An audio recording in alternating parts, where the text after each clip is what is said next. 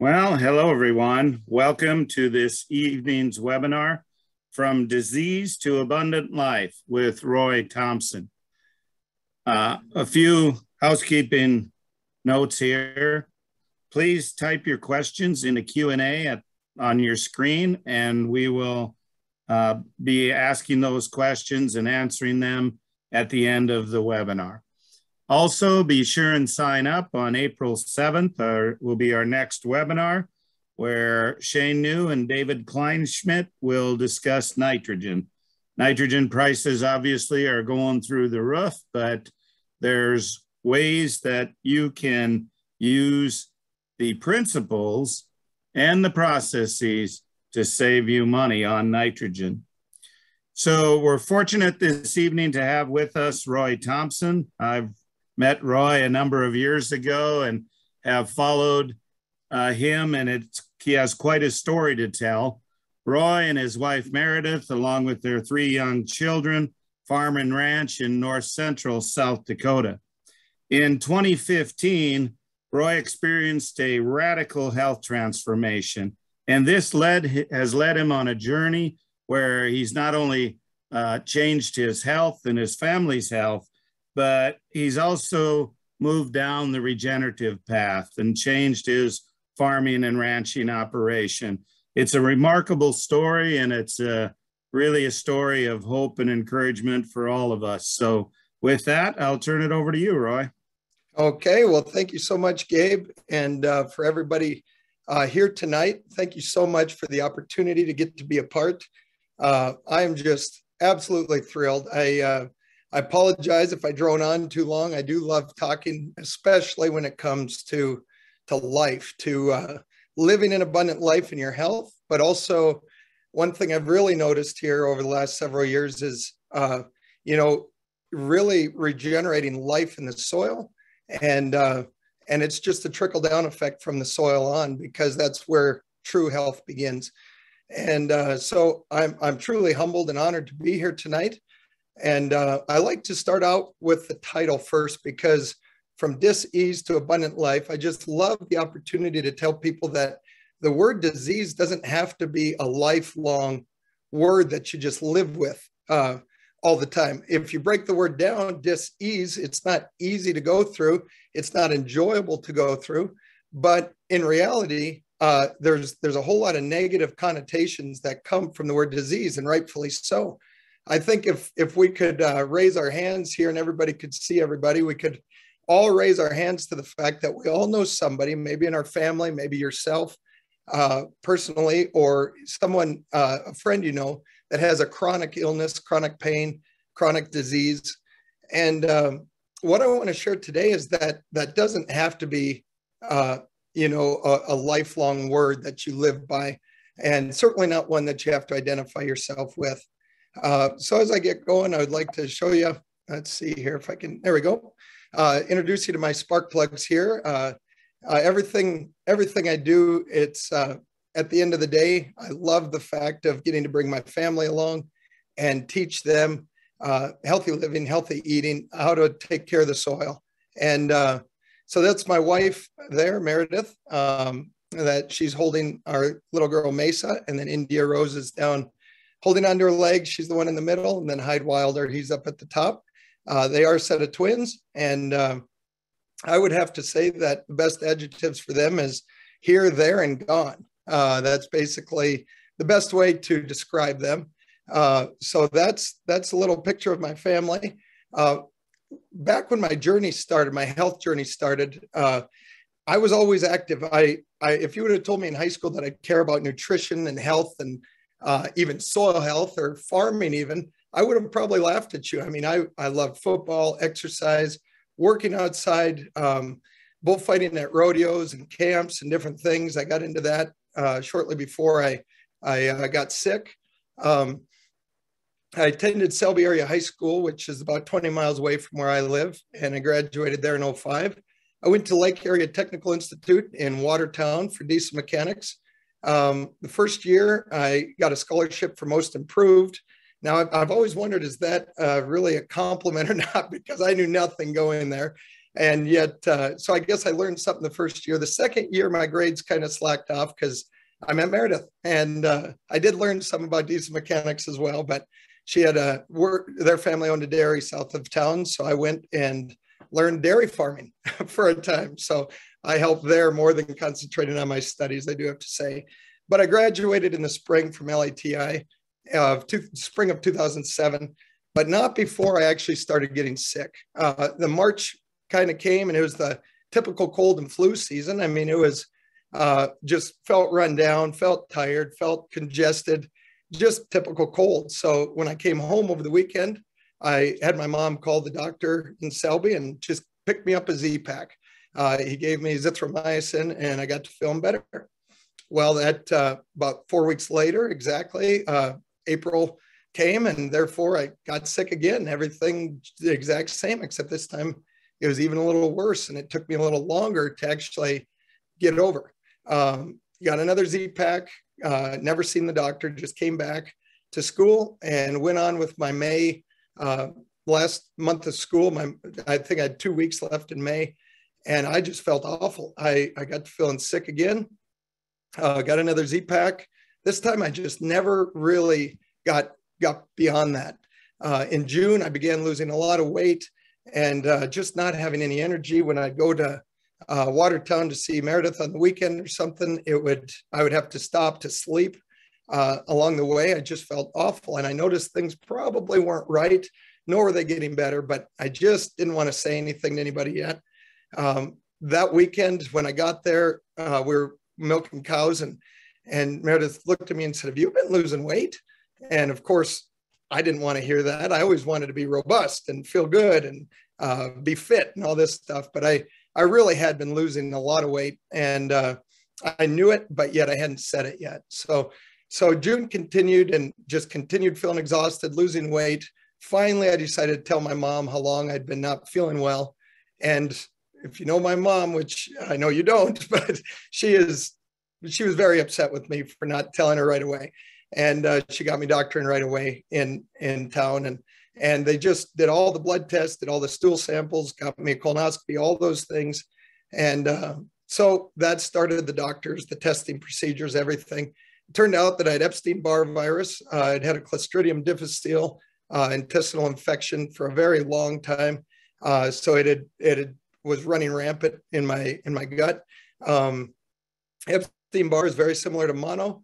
So that would explain why I was so tired all the time and pulled down. And they noticed I had very high liver enzymes, which they just attributed to the Epstein-Barr virus. However, as you will see later, that wasn't the case for my liver enzymes. So we began treating with antibiotics and anti-inflammatories, immunosuppressant drugs. And I all of a sudden started having symptoms that seemed like spinal meningitis. I mean, I was so tight everywhere. I just figured that I'd been laying on the couch too long because I was making 20 trips to the bathroom daily and through the night. So I just figured, you know what, it's just laying on the couch. I'm just stiff. So I went to the chiropractor and he, of course, adjusted me, but I just felt tight. My muscles were bound tight. I had these bad headaches. And as I talked to the doctors about it, it really put them on a wild goose chase because they had felt like they had been testing everything, but nothing showing up. So they thought it was spinal meningitis. They put me in the hospital, did a spinal tap. Thankfully, my spinal fluid came back clear. So I did not have meningitis, but they were really curious why, I was reacting so badly to these drugs. And there ended up being a reaction between my antibiotics and my immunosuppressant drugs taken together. I was one of very few people in the world that had a reaction to Azicol, which was supposed to be a very common drug for IBD. So I'll never forget when the doctor kind of sat me down and said, "I don't know what's going on." I felt terrible. I was still sore. I was now having migraines. I was throwing up from the migraines. I really was couch ridden, barely had enough energy to go to the bathroom. And I was having these abdominal cramps. The only thing I can liken it to is what I assume childbirth contractions would feel like. I'd be talking on the phone and they'd come on and I couldn't talk. I would just have to grit through them. And I can't imagine what childbirth is like. I can only assume it's something like that. And there again, it was, my body was so inflamed. I was reacting to everything. I had a very high fever. And I remember my mom bringing a thermometer home one night from the pharmacy, put it under my tongue. And by that night, an hour later, I had literally inflammation in my mouth from that thermometer. I'd been out in the sun a little bit the day before. I got a sunburn, and where I had my sunburn, my whole side swelled up where I didn't have a shirt on, and I was just trying to get some sun. And it just, not for a tan, by the way, I was just wanting to get outside, and I knew the sun would be good for me. And so I had a reaction to the sun. I had a reaction to the thermometer. I had a reaction to medication. I had a reaction to things I was eating. I was just inflamed to the hilt. And so the doctor's not knowing what's going on. My mom was like, we have got to get you into the Mayo Clinic. That's what I know we've got to do. So she talked to the doctor, and they really started giving me recommendations and trying to get their foot in the door for me. And it took, I did get one scheduled, but they were several months out. And we were just praying for some cancellations. And my mom would call daily just to make sure that the cancellations, there hadn't been enough cancellations to get me in. And so I was on my back for 3 weeks after my spinal tap with headaches and the cramps and all those trips to the bathroom. And finally, a couple of weeks later, a cancellation came through, and we were able to get into Mayo about a month and a half early. And the prayers were definitely answered. And it was just such a wonderful experience to finally get a chance to go to Mayo Clinic. Got a wonderful doctor and found out that this Clostridium difficile was still very much active. And since that antibiotic they'd given me earlier hadn't done anything for me, it was actually even stronger yet. It had built immunity to that antibiotic, and it was a bugger to try to get rid of. They did look up into my small intestine, and that's what tipped them off to the fact that I did in fact have Crohn's disease. The abrasions up in my small intestine were consistent with Crohn's disease. So they started me on a Remicade treatment and a very specific antibiotic to get rid of that Clostridium difficile. And then they started me on Remicade therapy. The IV infusion was costing about $9,000 every treatment, and I got that every 8 weeks. And my doctor told me right off the bat, this is a 10-year maximum drug. Your body will eventually build immunity to it. And I want you to know it's not going to heal anything. It's not going to heal. There's no cure for Crohn's disease. So I want you to remember that. I don't want to give you false hope. This is just to improve your quality of life. And as you realize that the drug is in fact wearing off, then we'll get a new drug and get you started on it. And with that, I began my uphill climb back to health. Crohn's disease is an autoimmune disease where chronic inflammation in the small intestine and colon cause long-lasting diarrhea, exhaustion, fever, cramping, and bleeding. WebMD also says that there's no cure for Crohn's, but only steroids and immunosuppressants to treat the symptoms. So as I started this IV therapy, I did pretty well on it, actually. And the antibiotic, getting rid of that Clostridium difficile, really did help me feel better. And I talked to my doctor, wondered if I could get married, if I'd be healthy enough to get married in 2 months. And when I'd been there, and she said, well, I tell you what, I'll start you on a little bit of prednisone so you feel good enough through your wedding. And but I want you off that prednisone after you get back from your honeymoon. And I said, all right. And so I agreed to that. And other than that, I really did feel pretty well on that IV to begin with. And so I got married in the fall of 2007, and then for the first year did okay. In the fall of 2008, my doctor realized that my liver enzyme numbers were still very high. And that's something they checked every few months just to make sure that the Remicade wasn't causing my liver enzymes to go crazy. But they were still high they never did come back down after getting rid of the Epstein-Barr virus and after getting rid of the Clostridium, liver enzymes stayed high. And so she was really cautious about that. She wanted me there. She wanted to know what was going on. So I went back to Mayo, where I was diagnosed with PSC, or primary sclerosing cholangitis. This is inflammation of the liver, where there's a narrowing of the bile ducts due to scar tissue, and your bile backs up in your liver and then starts seeping into your bloodstream rather than into your intestines and being excreted out. So liver doctor there, I remember he looked at me and said, you know, there's no cure for PSC. It's still a relatively new disease. My best advice is don't Google the life expectancies for PSC. There's just not enough data, and we don't know enough about the disease. Well, we don't want to give a clear answer for that. And we'll just monitor your blood every few months, and we'll just see how we can manage this disease. And hopefully there'll be some new things that come down the pipe as far as how to deal with PSC. And with that encouraging news, we went back home. Of course, I did Google the life expectancy, and it said anywhere from 8 to 10 years. So with that, we just kind of took it, and we really prayed about it. We gave it back to the Lord because we knew he was leading us through this journey anyway. And whatever would happen, we just wanted to do our part to be, to make sure we were taking as best care of ourselves as we knew how. And at that point, I really didn't know anything about nutrition yet. So I had a lot of learning to do. And for a couple of years, I had ups and downs. You know, I'd be doing good for the summertime, and then the fall would come and I would kind of tank. I would faithfully get my IVs, yearly colonoscopies at Mayo. In 2012, my liver enzymes reached an all-time high, and I felt just terrible once again. In this slide, you can see what my liver enzymes were. My AST, that was supposed to be 10 to 37, was almost 10 times higher at 391. ALT, also 10 times higher at 711. ALK-Phos was much higher at 454. And my total bilirubin wasn't supposed to be over 1, and it was 1.36. And I know that there's a lab result somewhere where it's 2.3. I couldn't find that one. So I didn't want to stretch the story that I didn't see, but I'm pretty certain it was over 2.3, which was astronomically high. So another step in the journey was when I went back to Mayo for another procedure called an ERCP, where they went in through my mouth, down my throat, and through my papilla, where they brushed open the bile duct that was plugged. And it was a hugely successful procedure. My doctor increased my dosage of Remicade and upped the frequency. Now I'm getting the same volume of IV, but now it's 18,000 because now they're doubling the amount to put in there, which is the max amount of Remicade that one could have. And then they upped the frequency to every 6 weeks. So you can do the math on that. It was definitely wouldn't have been able to do it without health insurance at the time.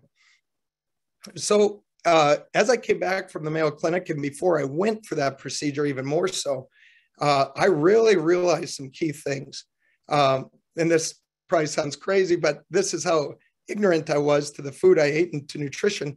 I realized that the certain things I would eat would just take me down. You know, my liver was so backed up. I could feel about any amount of stress. I remember I was buying a combine around that time, and it wasn't even a very expensive combine. It was $45,000 for a John Deere 9600. But to me, it was this big purchase, and I was taking over more farm ground, and I knew that I needed to be profitable on these acres, and I had a large operating loan, and I was stressed. Every time I'd get on Tractor House to scroll through the combines, I would start getting a headache over the top of my head. I'd start feeling flutters over on my liver. I just felt awful. Excuse me. And so I realized during that time when my body was so pulled down that it really did make a difference as to the food I was eating. Some stuff would make me feel awful, like pork, for instance, would make me feel just terrible. But yet a whole grain bread would make me feel a little more soothed and a little more relaxed. And so this world of nutrition and functional medicine was new territory, and I was just eager to explore. As I started realizing things were really making me feel better, I grabbed any content I could. I began reading The Maker's Diet by Jordan Rubin, as well as all his articles and newsletters, and kind of took us back to, the foods of the Bible, really. And this led me to his good friend, Dr. Josh Axe from draxe.com, which is the world's leading health website.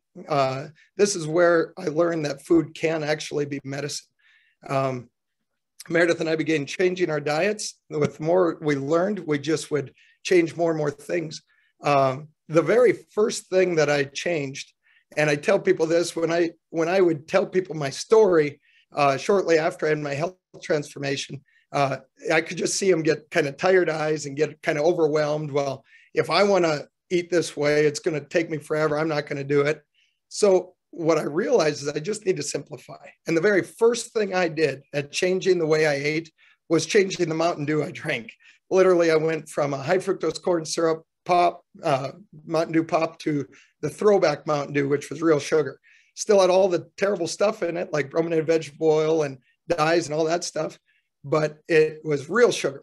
But you know what? That was enough to really get my mind kind of on board with making changes in my lifestyle.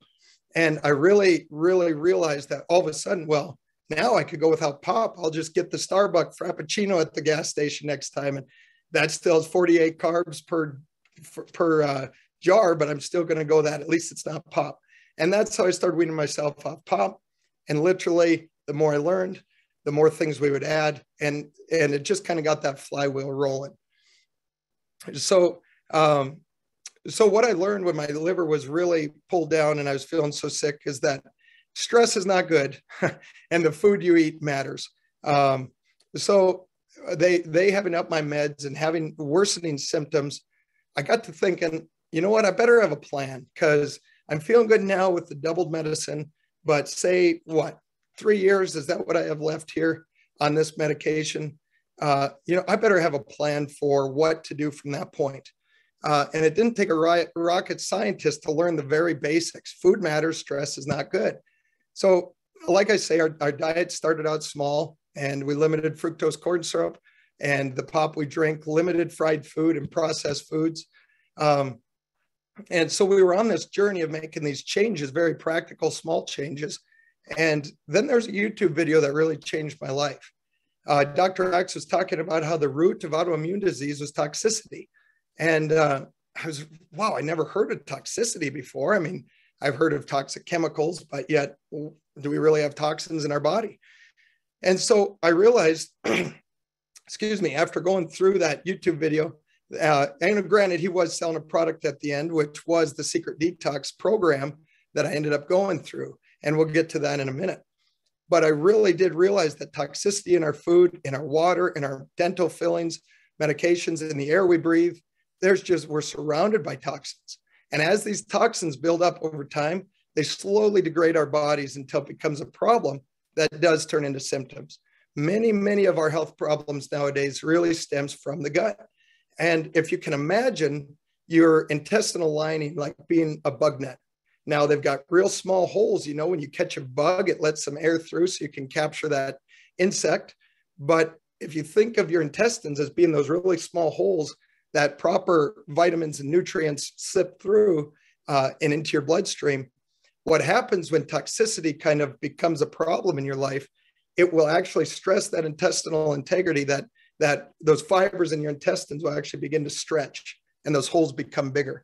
And the first things we typically find make it a problem is casein, the protein in milk, and also gluten, the protein in wheat. So that's oftentimes why you find people that say, well, I can't have dairy or grains, but you know what, I can eat this, and that. So I realized that those were some things I needed to take out of my body, because I knew I probably had leaky gut syndrome. And that's where a lot of our autoimmune diseases actually begin. Allergies, a lot of even research has been done with autism and different behavioral problems, a lot of it going back to leaky gut. If you do Google it, you can Google intestinal permeability. That's another scientific term for it. So I got to thinking, well, how do we rid our bodies of these toxins and then begin healing? I jumped back. There we go. As I did purchase the Secret Detox plan, and I got a 3-ring binder that's about 3 inches thick. And it went into great detail explaining why we do each step. And as I read and studied the Secret Detox protocol for days, I just wanted to drink from a fire hose. I mean, I was retaining this stuff because it was making a difference in my life, and it really made sense to me. And I was truly sold that doing this detox plan, it was a 28-day detox. I knew that would be my next step towards healing. And at this time, this is probably 2014, late 2014, I was reading this Secret Detox plan and seeing if it was something. I was kind of wading into the water, so to speak, and kind of implementing some of the things to see if I really did notice a difference. Well, I was sold as I got to learning more and more and more. And I was just ready to take another step towards healing because that IV was really beginning to wear off again. And in fact, I didn't know if it was working at all anymore. And I was just leery because I didn't think my doctor would go along with it. So my last IV, I knew it was going to be my last. And to this day, I kick myself because I really wish I'd have taken a picture of my IV in my arm with tubes taped to me and my heart monitor to me, because they had to start keeping a heart monitor on me because I was having reactions to every time I would start my IV. About a half hour in, I would have a reaction. A lot of times I'd throw up. I couldn't breathe. And so they'd have to really keep a close eye on me. That'd last about 10, 15 minutes, and then I'd be fine. So they were giving me pre-meds, and they were dripping it in extremely slow. It'd take 7 hours for an IV. So I just would end up going at night, actually. I'd get it in right before the nurse's station would close, and they would have a nurse watching for the night, but I would just fall asleep and let it finish. But so anyway, I knew it was losing its efficacy, and I was getting sicker. My liver enzymes were beginning to elevate again. And so I talked to my doctor, and she wanted me to get my next scheduled treatment and then wait 4 weeks. And that is when we would test the antibodies in your blood to see if, in fact, you have built resistance to the meds. So I was thinking, boy, 4 weeks times 7. I know I went to school in Selby, but I could still multiply that. That was 28 days.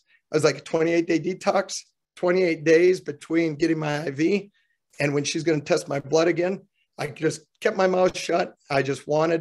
I wanted to get the IV, do the 28-day detox, and just see what happened. So the secret detox looked like this. I got my IV, by the way, and then I started the secret detox the next morning. And it was basically, I bought a whole bunch of bone broth. Upon waking, I would have 8 ounces of that. It's very easily digested. I should have a whole slide just on bone broth. It is, no joke, the probably best remedy for everything you can imagine. It has rich amino acids, proline, glycine, all these things that actually even can rebuild your intestinal lining, rebuild cartilage. It's readily absorbed amino acids, so your body really doesn't have to do anything to metabolize your food. Oftentimes, if we eat something, depending on what it is, if it's a long-chain fat, sometimes your body has to go through 20 different processes just to store it as energy and then pull it back out and use it as energy. Well, that can bog your system down too. Bone broth, your body really doesn't have to do anything. It's readily digested and absorbed, which gives your body that much more time to focus on healing. So I did a lot of bone broth, 8 ounces upon waking, 20 ounces of juice veggies in the morning, different juice recipes that I went through. In the afternoon, about noontime, I do what was called the Budwig protocol. You guys can look that up, but basically it's very high saturated fat. I think like 55 grams of saturated fat.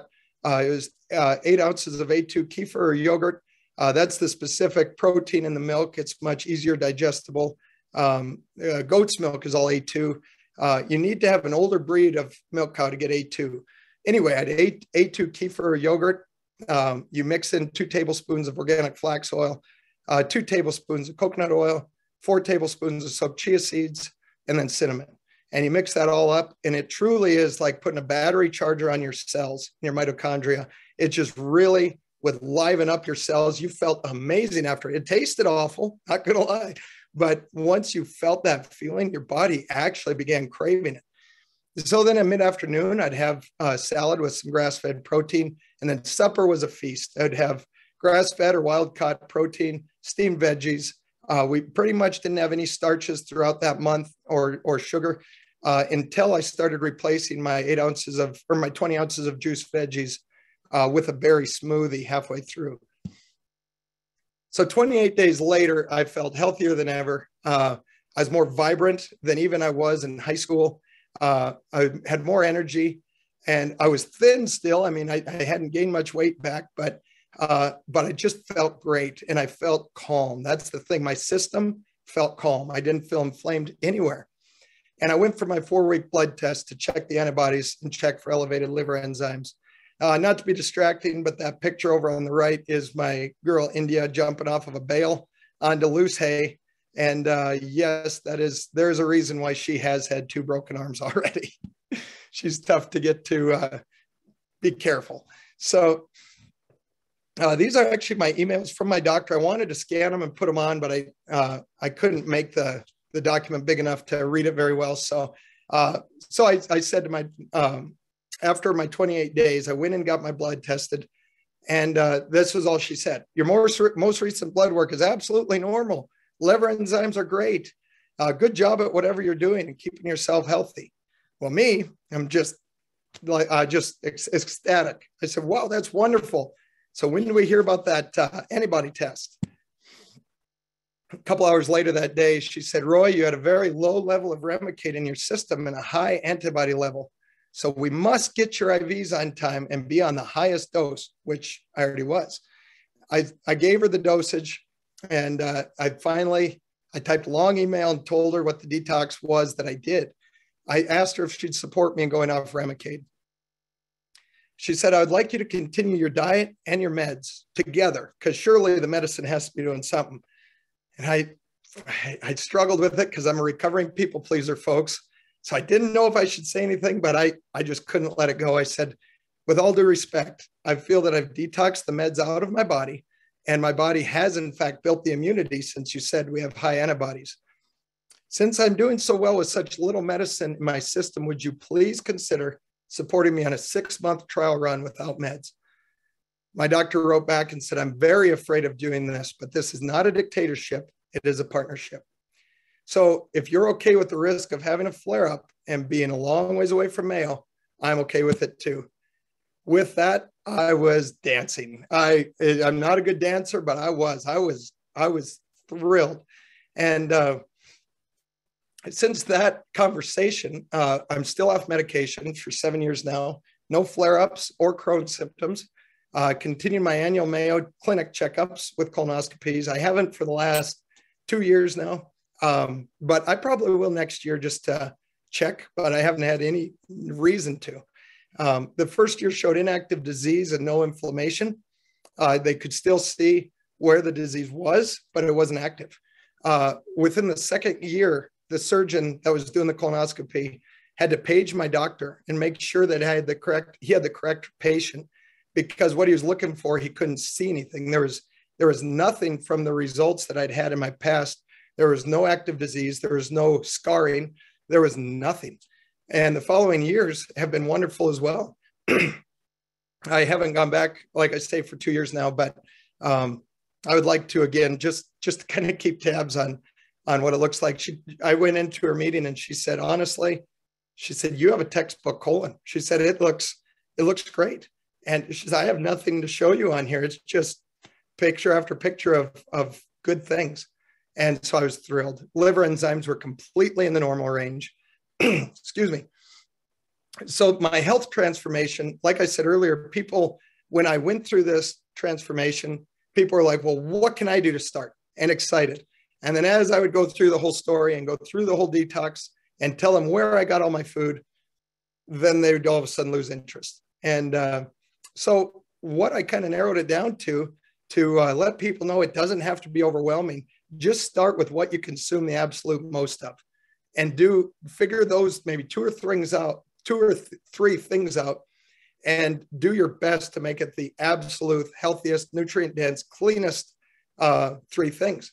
We started with water, protein, and fats. Made sure everything was grass-fed, grass-finished, wild-caught fish if we went that route, and then fats, no trans fat, no vegetable oils, coconut oil, ghee, grass-fed butter, and lots of it. Fat is a wonderful, wonderful thing that you actually need to keep your cells pliable. Cholesterol is not the problem, folks. It's oxidized cholesterol, which is from inflammation. That's where it becomes an issue. Take care of the inflammation, and cholesterol will actually benefit you if it's healthy cholesterol. And make it a lifestyle. A lot of people say, well, you know what? I did this diet for 2 or 3 weeks, but I had no results, so I quit. Well, we need to realize that every 3 months, your cells regenerate themselves. And so making it a lifestyle, you do it regularly. If it makes sense to you, you do this. And as the months go by, your cells that are regenerating are healthier cells and healthier cells and healthier cells. And that is key, is keeping it a lifestyle. I did want to touch on water, because water was something I never ever thought of. Bottled water isn't great either. And I know I still get bottled water at times when I need to, but anyway, tap water especially has chloroform, which is formed when the chlorine interacts with organic compounds in the water. Nitrate, chromium-6. If any of you have seen Erin Brockovich, that's the chemical that in the movie she went and took to court and actually won the court case with. Because anyway, that's chromium-6. PFAs, atrazine, the second most highly used chemical in the US, and it's getting in our water. It's not staying on the soil, folks. It ain't good, and it's in our water. Lead, arsenic, fluoride. So we bought this whole house water filtration system. I don't get paid anything for telling people about Aquasana. The reason I went with Aquasana is it's reasonable. I did my research on it. It really did have good results. This whole system probably cost us $1,200.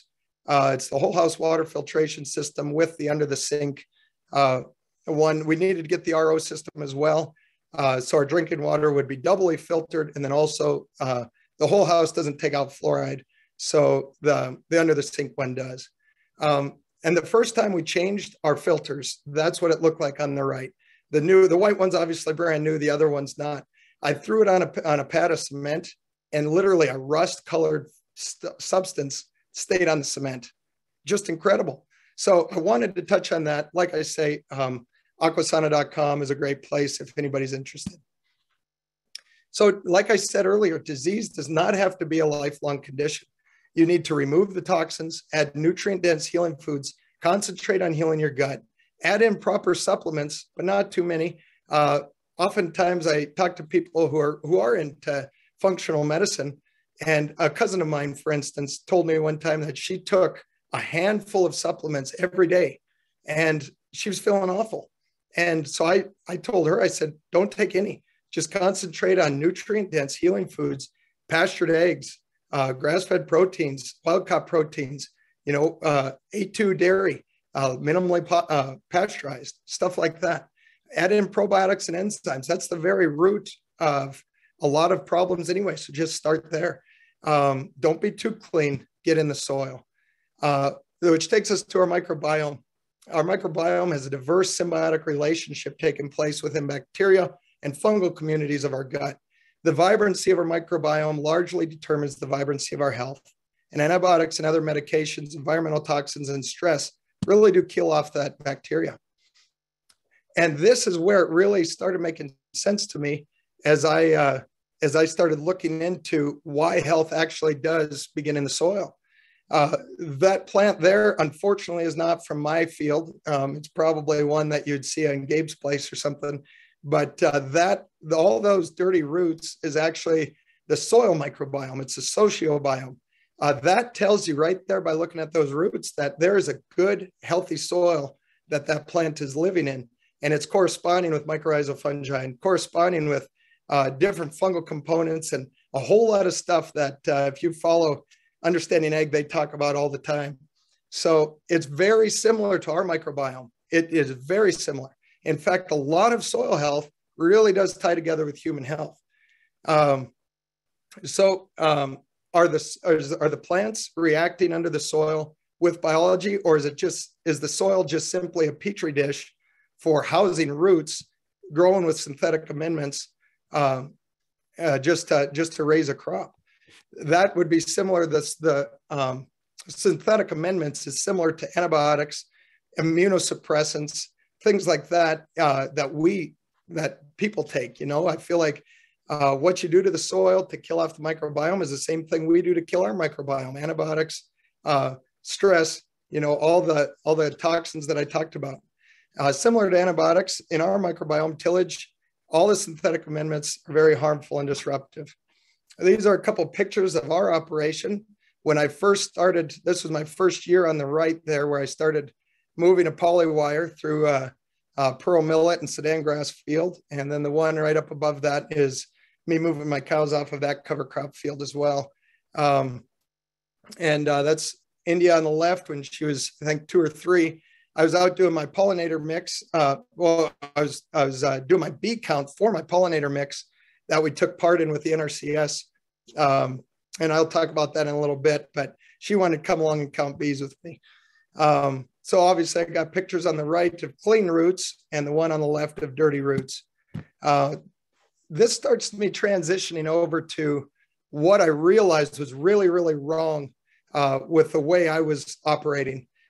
This guy on the left, I never had smoke, but that's about how I felt, we're farming and ranching and it's stressful, but you know what? I'm 34 and feeling great. And he looks like that. That's kind of how I felt a little bit, because I realized quickly that we really weren't growing anything that I could consume. And I truly had lost all desire for conventional agriculture. I realized that all health really does begin in the soil. I realized that the way I was farming, growing, corn, wheat, beans, pretty much it, running a sprayer everywhere all throughout the summer, and making sure I was getting on plenty of pounds of N. And I was spending so much money on phosphorus fertilizer, it just sickened me. So farmers are paid for quantity, not quality, obviously. If you're on this webinar, you already probably know that. So I'm going to kind of move through some of the soil health stuff that you probably already have a good grasp on. With fungicides, insecticides, herbicides, synthetic amendments, like I said, is very much like us taking copious amounts of antibiotics. Carbon is always being removed from monoculture crops, nothing being done to heal the soil.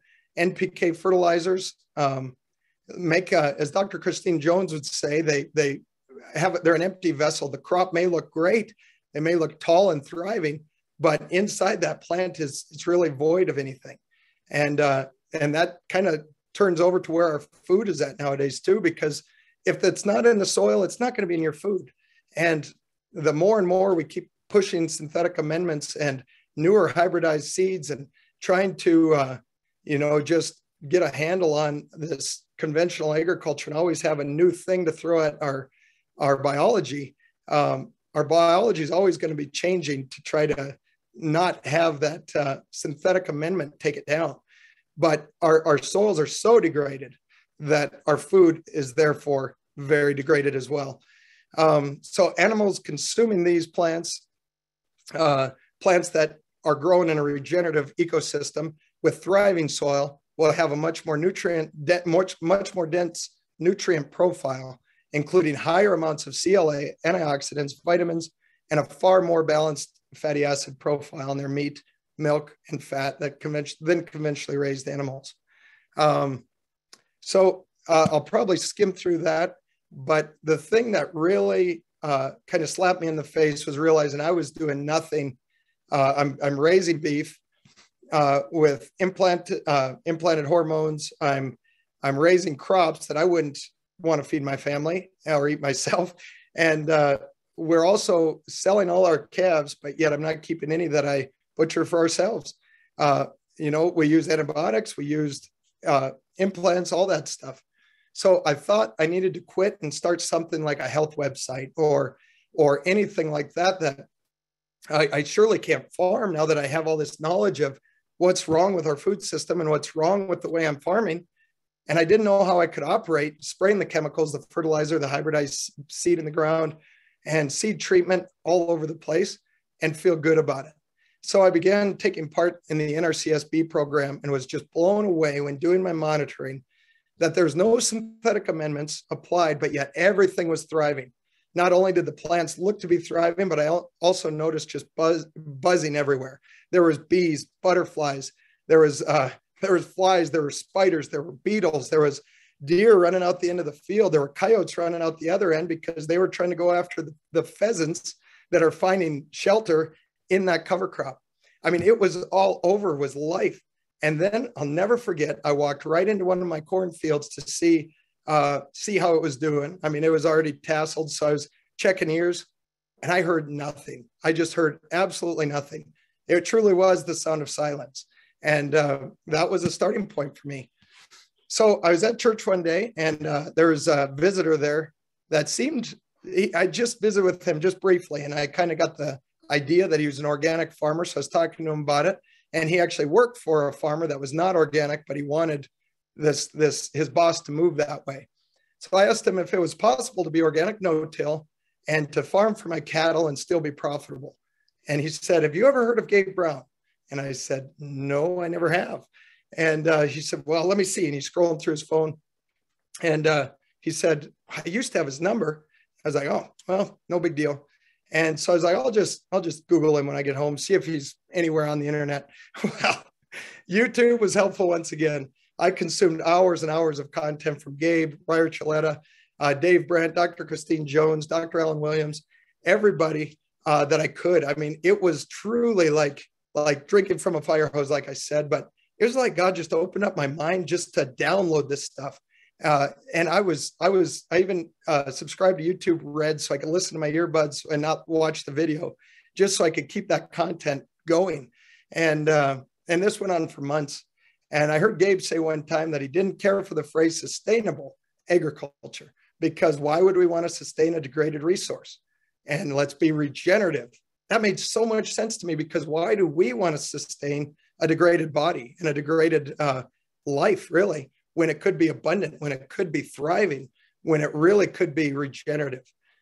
And so not only can regenerative heal our soils and our land, but it can also heal your financial statements, which is a whole nother talk. Regenerative ag done properly begins to think about profitability more than pounds and bushels. This is learning to, I won't take much time on it. You guys probably know a lot about this. But I was learning what change really looked like. The 6 tenets of soil health: limited disturbance, armor on the soil surface, building diversity, keeping living roots in the soil, integrate animals, and then context, which was something that for me, I just learned last year. The context of where can regenerative agriculture meet you, and what you can be at any point in your, if you don't even have any land or cattle or anything, where would it seem that you could maybe buy some regenerative groceries, or just let regenerative eggs start changing your life? Since then, this is how our operation has changed. We began selling our own grass-fed beef, really have tried to concentrate on more niche grains directly marketed, such as rye. I grow a very wide array of cash crops: sunflowers, rye, oats, corn. I've grown lentils. I just talked to Gabe actually yesterday about with fertilizer prices, you talked about earlier, putting peas with my oats and literally combining it together and then having it separated out in the fall and growing 2 crops. So that's something I'm going to do this year. I really utilize a lot of the Haney soil test to cut fertility, but yet not sacrifice the yield, so that I can continue to get my debts paid, because I still, thankfully, we're climbing out, and was able to pay off my operating this year for the first time in, how long have I been with Farm Credit? I don't think I've paid it off yet. This was the first year, and I've been there, I think, 7 years, and I paid it off this year. Granted, I'll still need to borrow some of it this year, but Lord willing, this next year, we'll be able to continue moving in that direction. We did begin farming for our cattle, not on every acre, but wherever we can. I try to take my cows across every acre at some point, whether it's, after I combine the oats and I have cover crop growing, I'll go through there in the fall. If it's cornfield, we run our cows through there, not our grass-fed beef, we don't, but the cows through there. I try to plant untreated seed corn whenever possible, or untreated seed at all. And I don't know, maybe I'll wait for after I'm done with my presentation. Remind me of the untreated corn story. I'd like to tell you guys about that. This is our regenerative garden. We tarped off a little area, and it is truly no-till. We then went through and planted cover crop in between our tomato plants, and in between really everything that we had. Our sweet corn, that's just a little snapshot there of, I can't even tell you what all the plants are there. I'm pretty sure we're looking at tomato plants and pepper plants with my bee program pollinator mix seeds sprinkled in between there. I even wanted the rose to be cover crop, but Meredith didn't, so we compromised. We didn't. So today, this is what my maintenance plan really does look like. I really try to eat low toxicity foods. This is not to say that I never will eat at a drive-through. That's part of freedom. Once your body is healed, I feel like I can have a meal or take the kids through Dairy Queen for a Blizzard for a treat and not feel bad about it because I don't get sick from it. We don't do that often, but yet it is something where we really do have the freedom to do so. So I really do try to keep, we grow most of our own food, but we can't grow it all with where we live. But we try to eat organic veggies whenever we can if we're not growing them. Low toxicity in anything we buy, organic when possible, regenerative if ever possible. I did find a chocolate company that claims they're using regenerative soil practices, so it's fun to eat that. Grass-fed products, healthy fats, real carbs. I don't shy away from carbs. I just make sure it's real honey or dates, figs, sweet potato, organic rice. Let's see, real maple syrup, lots of homemade bone broth. I usually have collagen in my coffee every morning. It is an organic, freshly ground coffee, raw and cultured dairy. We have a cow named Rosita that Meredith milks every once in a while. We keep her calf on her so it doesn't have to be she doesn't feel enslaved to milking the cow twice a day. She said she had enough of that on the dairy. But fermented veggies, whenever we can, low inflammatory foods, we really make sure the dairy we consume is A2 if possible. And the grains that we eat are either soaked, sourdough, or gluten-free. No dyes, fake sugar, or highly processed food. Organically fresh ground coffee, like I said. Basically, it comes down to real food, folks, whenever possible. That doesn't mean that if you go to a friend's place that... Now, when I was healing, my friends knew what I was doing. And if they had us over, they really did, bless their heart, tried to make it so that I could eat what they had. And so that was very, very nice. But after my advanced version of the secret detox, I'd still go to a friend's place, eat whatever they have. Last time I spoke with Gabe in Aberdeen, they had pork there. I didn't even have to wonder if it was pork. I figured it was. I ate it and never got sick. Just very thankful for that. This is just a picture of some of our meat, our steaks, some of our food. So I would like to ask you as I wrap up here, I don't know for sure. Okay, about 8 minutes here. Where is your context? What is your context? Like I said earlier, I want you to think of what you consume most. It's most likely water, protein, fats. That's where we started. That's probably where the best starting point is for you. We cut out grains for a long time. Grains that seem to be more inflammatory. I just cut them out until I knew I could start adding them in. Veggies, dairy, whatever that is that you consume the most of, just make sure it's the healthiest, most nutrient-dense version of that, prepared properly too. You don't want to overcook things. You don't want to have certain things raw, especially if your gut is compromised, like raw salads and stuff. A lot of times you want to steam them. So things like that. Make the jump to that one thing and focus on the one thing and then build momentum from there. Like I said, I started with the pop I drank. Do your research and convince yourself. Does it make sense to you? I feel like that's a problem in our country, in our world, that people aren't thinking for themselves. Think critically. Don't just do what you've been told all your life. Don't just do what's common and comfortable, but does it actually make sense to you? Because if somebody has a goal for you, it's going to be much less likely you're going to accomplish that. If you can believe it and you start noticing a difference in your body, you really will make a lot of changes in your health that really benefit you, and your body will begin to crave those nutrient-dense foods, and you won't want to go back. Make sure, like I said, that your health goals, not someone else's. And for those of you that can't raise your own food, make sure you know your farmer or rancher. There's a lot of trust that's built there when you can go and meet them and see how things are raised and prepared, and just build that trust with your food provider. And it is an absolute shame. I seen years ago on a late night show, somebody was asked, where does your food come from? And they didn't know. They said the store. I said, well, where does the store get it? They said, oh, probably some other store. They did not even have a clue where the food they were eating that it came from a farmer. They had no idea. So I think that's really key too, to get to know where your food is coming from. Do you see things that are supposedly healthy, and then it turns out they're not? Don't just buy the marketing. Don't buy the things that are saying they're so healthy for you. Just look into it for yourself. Are they really healthy? Realize that even when things are labeled grass-fed, organic, paleo, keto, etc., these labels themselves don't make them nutrient dense, especially gluten-free.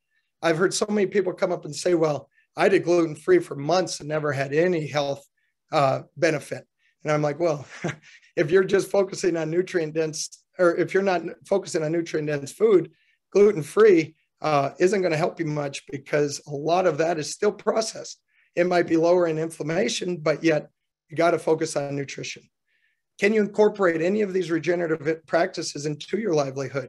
Can you make a garden? Can you focus on your pastures, your farmlands, or even encourage a city garden or a farmer's market to get started?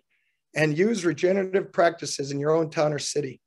It's possible. And then also truly try to buy regenerative whenever you can. So that really does wrap up my presentation. I just put a few resources that may help you. Maker's Diet was a book that I read, the first book I read about health by Jordan Rubin. Dr. Josh Axe, and his website, he sells supplements, bone broth, protein powder, health plans, articles. I like the bone broth protein powder just to put in a breakfast smoothie. Or if I'm headed out the door and I don't have time to thaw some of our homemade bone broth, I'll just blend some up quick and take it with me. And then aquasana.com if you want to look into that water filtration system. The very first thing that Gabe told me to do when I called him, I was absolutely blown away by you, Gabe, when I called you after a YouTube video and you said, and here's my number if you want to get a hold of me. And at this time, I'd listened to, I'm sure, over 20 hours of your content on YouTube. And you put your contact info on YouTube. And I was like, well, I'm sure I'm going to get some answering machine or a secretary. I'm sure it won't be Gabe. Well, I called and he said, hello. And I said, Gabe, is this you? He said, yeah, this is me. I said, I figured you'd have a secretary. He said, oh, no, this is me. I'm just planting some cover crop. I was like, oh, this is Gabe Brown. I know this is Gabe. And it was a start of a wonderful friendship. And I can't thank you enough, Gabe, and everybody in Understanding Ag for everything that you're doing. And so Gabe told me the one thing. He said, start by reading Soil Owner's Manual by John Sticka. And I should have put that on there. I forgot to add it. But make sure you read that book. So I read it twice. I got it on Audible so I could listen to it while I was combining flowers. And then I listened to it twice. And then I sped up the talking again so I could listen a third time and try to catch the key points. It is truly a wonderful place to start. Dr. Axe also has health plans, articles on his website, and just start listening to them. See if they make sense to you. And finally, oh, here we go. Let's see. Don't know if I'm going to be able to get to my last slides here. What happened? Oh, let me close that. There we go. Here's my contact info. Feel free to follow us on Instagram. Triple T Brand. I don't do a lot with social media, but that is our meat page for Instagram. TripleTbrand.com is our meat website.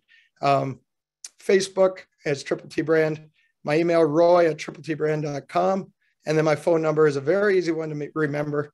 I always tell people I had to get a very easy number for when I was dating Meredith, so she couldn't use the excuse of forgetting my number and not call me back. So anyway, 230-0000. Feel free to call or text anytime. And I just want to thank you all so much for attending. And again, Understanding Ag, thank you so much for the opportunity. I do have a slide here that I put in place today that I think Gabe may want to talk about, or you guys may want to take a screenshot of. So I very much love and want to put on my list of things to do here at all these different dates to catch these things. It's just incredible content. With that, thank you guys so much. Well, thank you, Roy, for an absolutely fantastic webinar. Yes, our next webinar will be Thursday, April 7th with David Kleinsmith and Shane New discussing Don't Buy It, Grow It, how to make the nutrient cycle work for you. And then we will be setting a date soon for our series with Dr. Alan Williams and Sam Bass, a continuation of the biblical webinar series.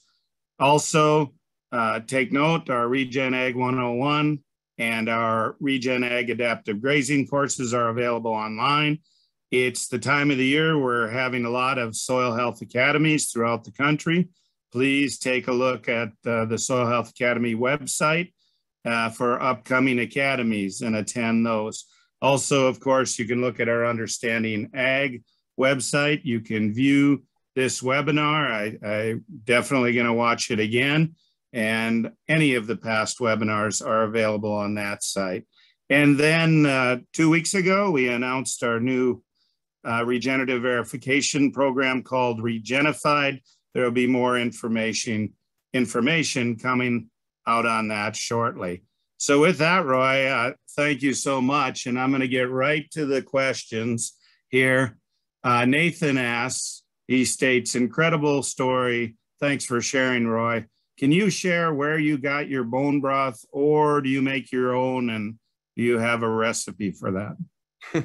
We certainly do have a recipe. It is, well, when I was really sick, I wasn't growing anything and literally had just learned what bone broth was. So I went to uswellnessmeats.com. But I will say, Nourished by Nature, depending on who you want to go to there, Gabe's son, Paul, has a company, Nourished by Nature. .us, right? I think .us that is a great website. He works closely with US Wellness Meats. So I would go to Paul personally for your bone broth. We do make our own. We sell bones for it. My wife, it used to be a 2-day process. So there's a huge kettle that stunk up the house and she very much despised making it. And so I bought bones from US Wellness Meats. I bought their bone broth already made. It's far cheaper to make your own, but by the time you buy the bones and everything too, sometimes if you want it quick, just get it already made. Yeah, Paul there at Nourished by Nature would be a great place to buy it pre-made, and nourishedbynature.us.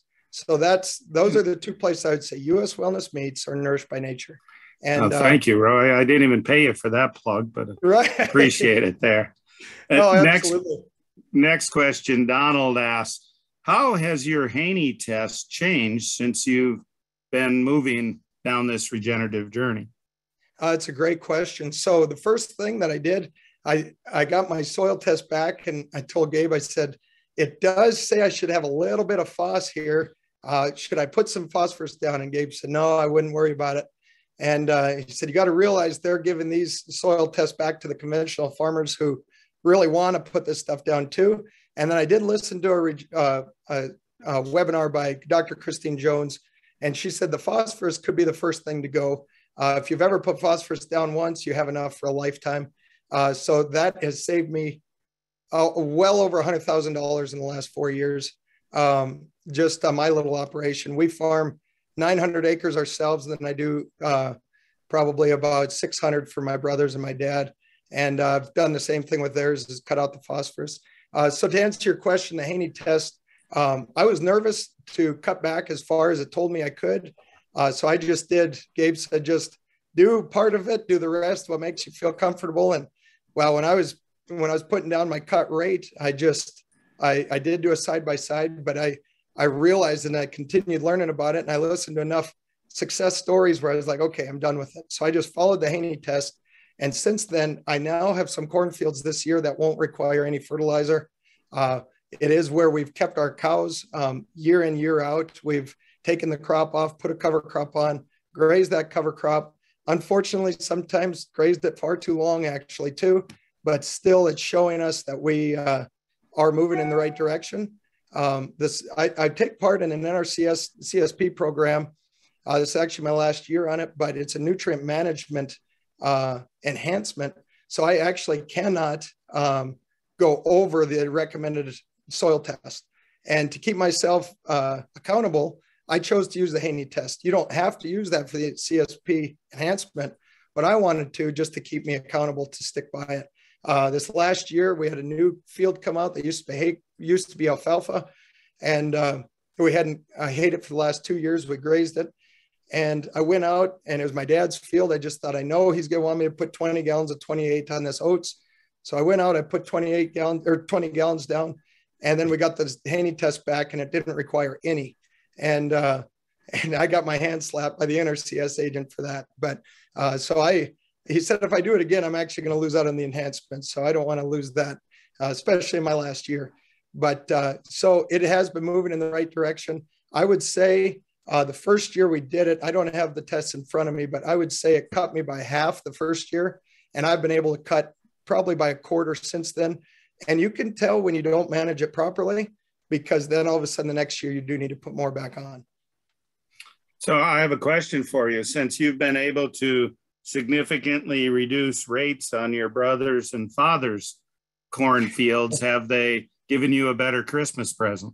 Oh, no, well, they've always been very generous and always made it work out good for me. But I do got to say, it's funny because they're ranchers through and through. So they don't care about being in the tractor. They tell me I bill the fertilizer to them or the chemical to them. I actually don't know if they always notice. I wish I could show them what it would look like if I did put phosphorus down and everything and cutting rates. There's a blog on Understanding Ag that I had the good fortune of doing last year, 2 years ago. And it was a sunflower field that I'd planted on my stuff and then on my dad's. And I was planning on going and buying $10,000 worth of drop tubes for my sprayer that I didn't have the money for at the time.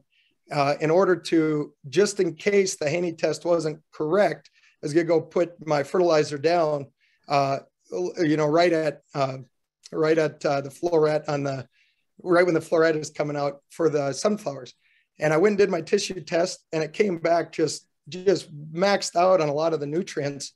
And I never bought the drop tubes. I never put an ounce of fertilizer down. And we had some fields that they were all over the place. I had anywhere from 2,500 pounds down to 1,700 pounds. And then I had some fields that got weeds in it that they did pretty poor, but that wasn't because of fertilizer. Yep. Very good. So a reminder here, we'd like to hear about the corn story. Oh, thank you very much. Yes. So this year, actually last year, 2021, I went on May 11th and I planted untreated seed corn that I got from Albert Lee Seed in Albert Lee, Minnesota. And it was the same variety I planted the 2 years prior. I planted it 2 years in a row. The first year it yielded better than my channel corn. The second year it was good, but I had interseeded some cover crop with it and we chopped it all for silage. So that was a good stand though. So this year I thought, well, I did 40 acres the first year. I did 80 the next year. I'm going to do a whole quarter this year. I'm just going to keep doubling it. So I did a whole quarter, planted it on May 11th, and it was a clean field. So I left and didn't come back, continued on my spring work. And I didn't come back until I thought maybe I need to spray. So I ran down and it was June 1st and I couldn't even row it. It was absolutely atrocious. There was a plant. It figured out to be about 7,000 population that I had planted at 24 and a half. So it was the most sinking feeling. I took pictures and maybe I should put those in a slide too, but I oftentimes talk too long anyway, so I don't have time for it. But I took pictures and video and I called Gabe and I said, Gabe, what happened? This is, I could see the seed sprouted, but I found worms in that seed trench and they were just going right down, cutworms and wireworms and all the things. And it was just decimating my corn crop. And I said, well, I've already got the fertilizer down. I had never used this quarter as regenerative agriculture. I hadn't transitioned anything yet. And so I just figured it would work.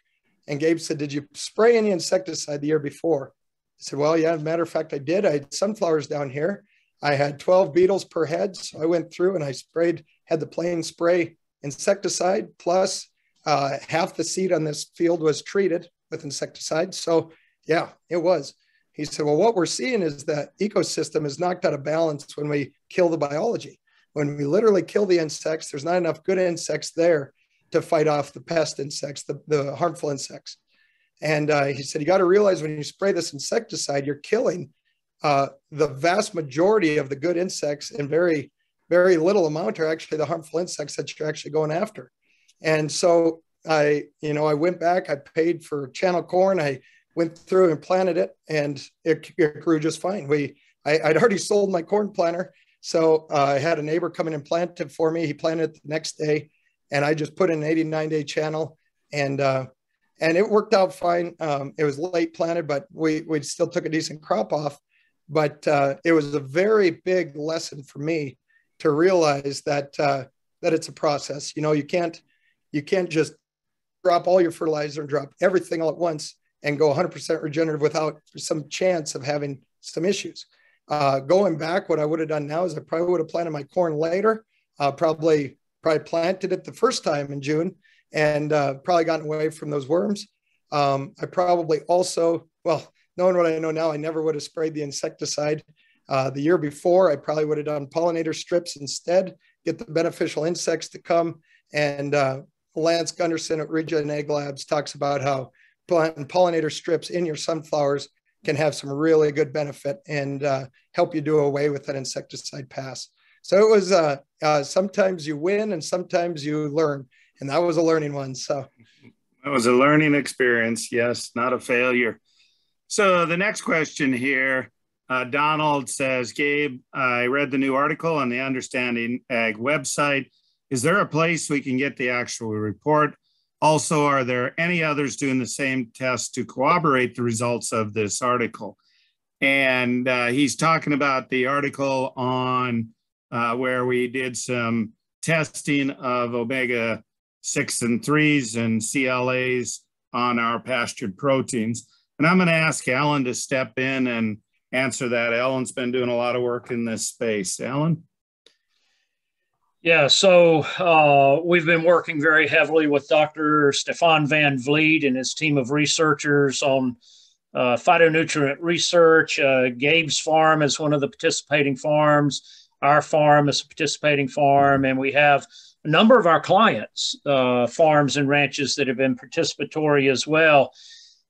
This is actually one of the most comprehensive research trials ever done, looking at nutritional density of food, and it's comprehensive in a multiplicity of ways. One is the fact that we're measuring more than 2,000 different nutritional spectra using a really high-level type of analysis called metabolomic analysis.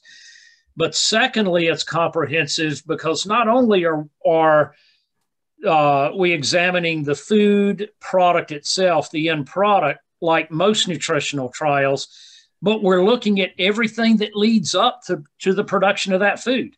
That includes analysis of the soil, analysis of all the plants that those animals are eating, analysis of their fecal matter. So we're collecting all of these as well as the end product to do that analysis. And then Dr. Van Vliet and his team are actually following up a lot of that research with human clinical trials to further validate and verify what's happening here. So stand by, but there's a lot more results to come. And in my opinion, these results are going to be game changing. Yeah, very good. And Alan, I'll keep you on here for the next question. Donald's also asking, Gabe, just curious, can you estimate how much regenerative ag has grown in scale the last few years? So I'm going to go down the line with partners and Doug and get everybody's opinion of that. Alan? Wow. The truth is it's been exponential, and so much so that we are overwhelmed. But in my opinion, that's a great problem to have because it's telling us that the interest is growing very rapidly. And we're not only seeing this interest from farmers and ranchers, but we're seeing it from branded food programs and major food companies and fiber companies. We're seeing this interest from the consumers. And that's really where the driver is going to come, with the consumers. But just to give you an example, I mean, we have grown in a short period of time to over 32 million acres in the U.S. that Understanding Ag is working on, and over 200 million acres worldwide. And it seems like we're adding acres almost exponentially each year. So yes, it's grown dramatically. Yeah. Shane, you want to add anything to that? Since you're the one in charge of all the consultants covering all those acres. Oh, it's almost daily the amount of calls I yield, farmers and ranchers looking to either enter into regenerative agricultural practices or enhance what they're doing. I mean, everyone's got curiosity about how they can start implementing the principles on their operations and make it work properly. David. Yeah, it is. It's growing far beyond belief, really, to think about in a few years here. And it's more than just the farmers, like Alan said. It's the consumer demand. It's businesses looking at it and everything. It's for zero marketing dollars put into this. It's become pretty big, mainstream. Yeah, and Doug Peterson. Here's a gentleman who spent his whole career with NRCS, educating farmers and ranchers. Doug, talk to us a little bit about the change, if you would, that you've seen. You bet. You know, it's happening all over the country.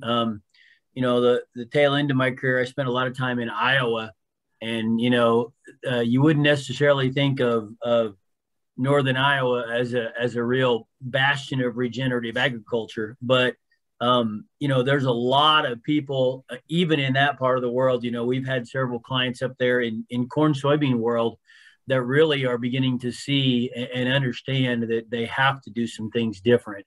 And so it's just it's a really good feeling. It really is, to see things like that change all across the country. Yeah. I would just add one more thing. Just last week, we held a Soil Health Academy in Chico, California. And at that academy, there was 11 educators there and 5 healthcare professionals that came to learn about these regenerative practices. So Alan's correct. We're really seeing change throughout all facets of society, and watch for more to come. There was a question in the chat wanting to know the name of the book that Roy recommended. It is A Soil Owner's Manual by John Sticca. A Soil Owner's Manual by John Sticca. Alan Connor asked this question: any thoughts on having nutrient density of foods tested for personal knowledge or marketing? He says, this is something we've considered on our operation. Yeah, so what I would say, Connor, is just hold on. It's coming. We have to get this research completed first so that we have the parameters that are needed to be able to do these tests in a cost-efficient manner. Right now, it's still in research mode, but the whole goal is to develop tests that allow individual farmers and ranchers and food companies to be able to do these tests effectively and cost efficiently. I would just add to that, Connor, if you're interested in testing for basics such as omega-6-3 CLAs, just send me an email, gabe@understandingag.com, and I will give you the contacts at the lab at Iowa State. That's where we get many of our tests run. And it really, it is a little expensive, but not out of the realm for a individual farmer ranch to use. I'd be happy to share that with you. So here's a question. Roy, alfalfa, I have been curious for a while. Are the extra water requirements for alfalfa now that you are growing, are there extra water requirements for alfalfa now that you are growing it regeneratively? Oh, for the alfalfa, we've actually kind of gone away from some of the monoculture alfalfa fields. So I don't know that I could give you a good answer on that, but so some of the alfalfa we've taken out of production, we've actually replaced with usually that B program. That B program paid us, a couple $100 an acre to plant a season-long cover, and after a frost killed it off, we're able to graze it. And so that's usually what I put on that alfalfa ground to kind of start transitioning. And so I haven't actually put anything more into alfalfa. I'm right now thinking about putting any little fields that we have just to kind of save time. Instead of farming these little fields that some of them I have, I'm going to put alfalfa in a mix with some a diverse grass, a big diverse grass mix as well, with just a little bit of alfalfa and hairy vetch. So I apologize, I can't really answer that question. Gabe probably would know better than I would. Yeah, and I'm going to bring Shane in here, or David, to explain a little bit about the detriment we see with monoculture legumes in general. I guess I'll go first and let David follow up. But obviously, monoculture systems, especially legumes, you're providing a lot of nitrogen into that system, and obviously the biology's capturing that nitrogen. They're like you and I. They've got a carbon to nitrogen ratio, and they've got to offset that carbon. So they start consuming a lot of carbon, the soil structure. So that's why a lot of times you go into monocultured alfalfa fields after a couple of years of production. They're almost like asphalt. You have a difficult time getting a shovel in, very little water infiltration, very little oxygen getting into the soil. And basically the stand really kills itself out due to the environment. David, anything to add to that? Yeah, and if you look at, alfalfa produces a lot of nitrogen, obviously, but to produce that 1 unit of nitrogen, it takes a tremendous amount of carbon. So it's really not feeding carbon back into the soil. So that's why we just have reduced water infiltration rates as we have a collapsed soil. It's not due to the passes made across the field with the equipment. It's all due to the fact that we're not putting in carbon back in. We're not building aggregates. So it requires more water just from the sheer fact that we're not getting water actually into the soil. Excellent point, David. Excellent point. So, okay, Doug Peterson, since you helped develop the protocols for Regenified, we have a couple of questions here asking to explain Regenified, and will we see food on store shelves with the Regenified label? Well, I think that's the plan. The Regenified label is basically just that. It's an evaluation protocol that evaluates both practice application as well as on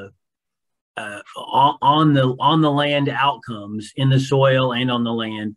And we have a protocol that evaluates all that to determine if a person is making an impact on the environment, on their land, as well as hopefully more nutrient dense food, as we heard about tonight. So we're working with both food companies as well as producers to link those two together so that we can have products that hit the shelves that have essentially a guarantee that the land that they were produced on is using regenerative practices. Yeah, very good. It's a work in progress, everyone. We're moving as quickly as we can. We're very pleased with the excitement that we have seen and the interest that we have seen since we announced the program 2 weeks ago.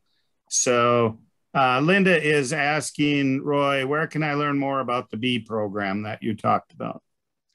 So I don't know what state she's from. I know not all the NRCS counties do it. Ours thankfully does, but I think it kind of depends on who your person you go to, your NRCS county agent would be.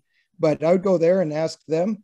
Ours, I believe his name is Dennis Bachman, but he said that pretty much their little office in Selby is where a lot of the bee money comes to in South Dakota, because it's just crazy. Not a lot of people are actually taking advantage of it like they could. And so it was something that really is a nice way to begin transitioning without, if you're worried about shooting yourself in the foot on those acres, you still have I think when I upped my last contract, it was $170 an acre, because farm prices were lower, but now I'm sure it's higher than that. So it used to be like 220. So I would just talk to your county agency. Yep. And Linda is from Kansas. Linda, just seek out your local NRCS office and start there. So one of the other things that's important to realize is it goes back to Roy's corn story, and that just because it's called a bee program and is in place to attract pollinators, it's going to attract all those beneficial predator insects also. You know, Jonathan Lundgren, I'll never forget the first time I heard him say that for every insect species that's a pest, there's up to 1,700 that are beneficial. So as farmers and ranchers, we spend all our time worrying about killing that pest. Why don't we just provide the home and habitat for the beneficials? And I think that's really sums up in some way Roy's presentation here this evening, is how we need to get back to working with nature instead of against her.